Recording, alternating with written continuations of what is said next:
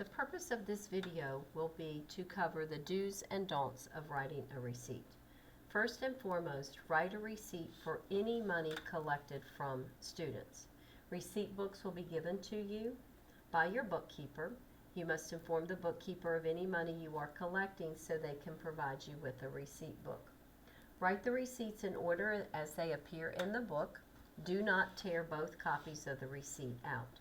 The white copy only is torn out and given to the student. In the back of the receipt book is a section that needs to be separated from the spine of the book and is used to keep the writing from going through on multiple receipts. Each receipt consists of a receipt and a carbon copy. Place the separator behind the yellow page and you are ready to write the receipt. The first thing is to write the date, and then just like filling out a check, you are going to write who you are receiving the money from. It should be the student, not the parent. Next, just like writing a check, in the box you will write the number of the dollar amount that you are collecting, and then on the line you will write that out in words. For the for line, you would write the purpose of receiving the money. I am receiving $2 for lock rental, so I will write for lock rental. Here with these circles, most often it will be cash or check, but if the student is paying in cash, you could put a mark through this to let the bookkeeper know that that was cash that was received. If they are paying in check, you can put a mark through this circle. And then a good rule of thumb for check is to also write the check number on the receipt. If they are paying with a check, make sure the check is made out correctly to the school and signed by the parent. For the amount that you are receiving, if they pay in cash, should be the amount you should receive only. For example, if they pay with a $5 bill, I am only receiving $2 of that $5, so I'm not going to write a receipt for $5. I'm going to write the receipt for $2 because I will return to them with their receipt $3 in change. Now we are ready to sign the check or the receipt and tear the receipt out and hand it to the student.